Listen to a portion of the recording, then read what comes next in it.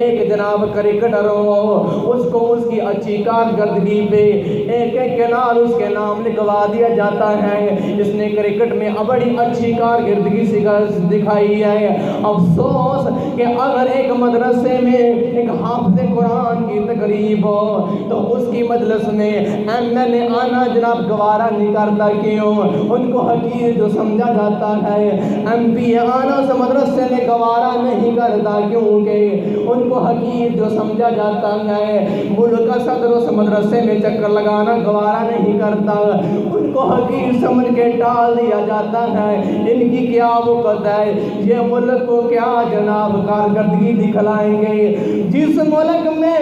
جناب کرکٹر والوں کو ایک ایک کنال ان کے نام لگوائی جائے، اس ملک میں حافظ قرآن کو حقیر جانا جائے، اس ملک میں پھر حافظ قرآن پیدا نہیں ہوں گے، کرکٹر ہی پیدا ہوں گے۔ جس ملک میں کبڈی کھیلنے والوں کو ایک ایک کھلاڑی کو 2-2 لاکھ روپے دیا جائے ایک ایک میچ پہ، حافظ قرآن کو دین کے عالم کو حقیر جانا جائے، اس ملک میں پھر دین کے عالم پیدا نہیں ہوتے، اس ملک میں پھر کبڈر ہی پیدا ہوتے ہیں۔ جس ملک میں ان لوگوں کو ترجیح دی جائے جناب تم اپنے PhD کر لو سائیکالوجی میں یا تم MA کر لو انگلش میں، تمہیں اتنا انعام دے دیا جائے گا، حافظ قرآن کو حقیر جانا جائے، دین کا علم سیکھنے والوں کو حقیر جان کے ٹال دیا جائے، پھر اس ملک میں مجھے بتلاؤ جس ملک میں گانے گانے والوں کو ایک ایک گانے پہ 5-5 لاکھ روپے دیا جائے ایک ایک رات کا،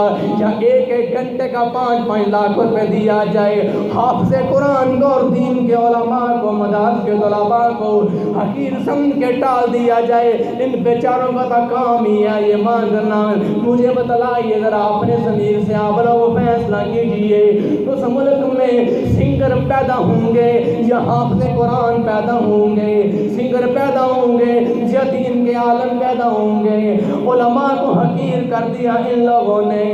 دین کو جناب دین کو حقیر کر دیا کہ دین کے اندر کوئی نفع نہیں ہے دنیا کا، لوگ سارے کے سارے دنیا کی طرف لگ گئے، کوئی جناب اپنی گیموں کی طرف لگ گیا، کوئی جناب کسی طرف لگ گیا، کوئی کسی طرف لگ گیا۔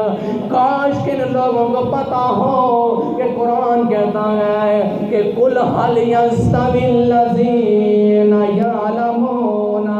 وَالَّذِينَ لَا يَعْلَمُونَ، اور پیغمبر کا فرمان خَيْرُكُم مَّن تَعَلَّمَ الْقُرْآنَ وَعَلَّمَهُ، کائنات میں اس بندے سے بہتر انسان کوئی نہیں ہے جس نے قرآن کو سیکھا، آگے سکھلایا۔